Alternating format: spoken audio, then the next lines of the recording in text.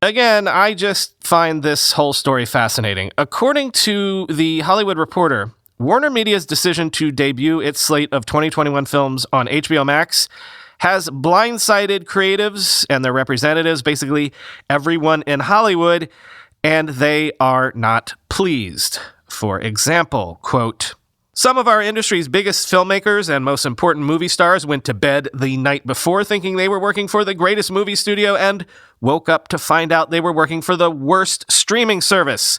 Filmmaker Christopher Nolan, whose relationship with Warner's dates back to Insomnia in 2002, said in a statement to The Hollywood Reporter.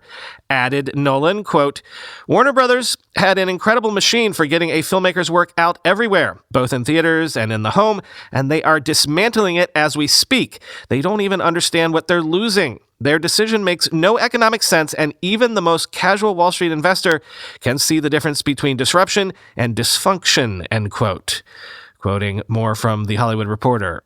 Surprisingly to some in the industry, sources say the idea was the brainchild of Warner Brothers COO Carolyn Blackwood, who, looking at a relatively weak 2021 movie slate, saw an opportunity to avoid the humiliation of potentially bad grosses while currying favor with streamer-obsessed higher-ups. The instant response in Hollywood was outrage and a massive girding for battle. Quote, "Warner's has made a grave mistake," says one top talent agent. "Never have this many people been this upset with one entity," end quote.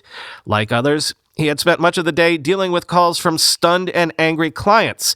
And that swooshing sound you hear, it's the lawyers stropping their blades as they prepare for battle.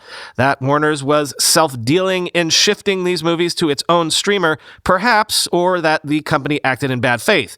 Some talent reps say the decision affects not only profit participants, but others who have worked on films, as the move might affect residual payments.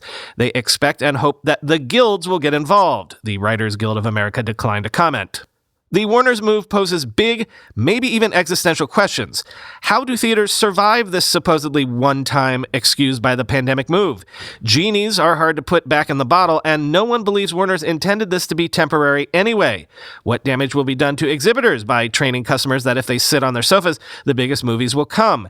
And will Warner's face serious backlash from important producers, filmmakers, guilds, and on-screen talent? Quote, "Warner's was the quintessentially talent-friendly, filmmaker-friendly studio," says one agent.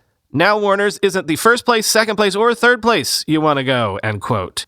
Many in Hollywood think Warner Media opted for this drastic move to play to streaming-infatuated Wall Street and redo the botched launch of HBO Max, which has netted a dismal 8.6 million activated subscribers so far. But one prominent agent notes that the top executives at Warner Media and its parent, AT&T, CEO John Stankey, Warner Media CEO Jason Kilar, and of course Sarnoff, quote, "don't understand the movie business and they don't understand talent relations," end quote. While Kilar pays what is seen as lip service to movies, industry veterans say Warner's is sacrificing the huge profit that comes from selling movies in multiple formats and on multiple platforms around the world, end quote.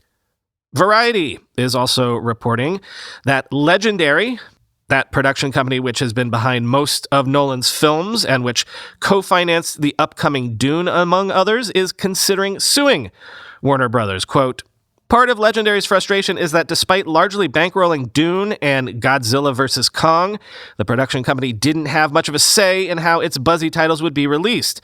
Moreover, the company felt that Warner Brothers wasn't being transparent with its intentions. Months ago, Netflix had discussed a possible sale of Godzilla vs. Kong for a hefty $250 million, but Warner Media, the parent company of Warner Brothers, blocked that arrangement. Legendary financed a significant portion of Dune, which cost roughly $175 million, and Godzilla vs. Kong, which carries a price tag around $160 million, end quote.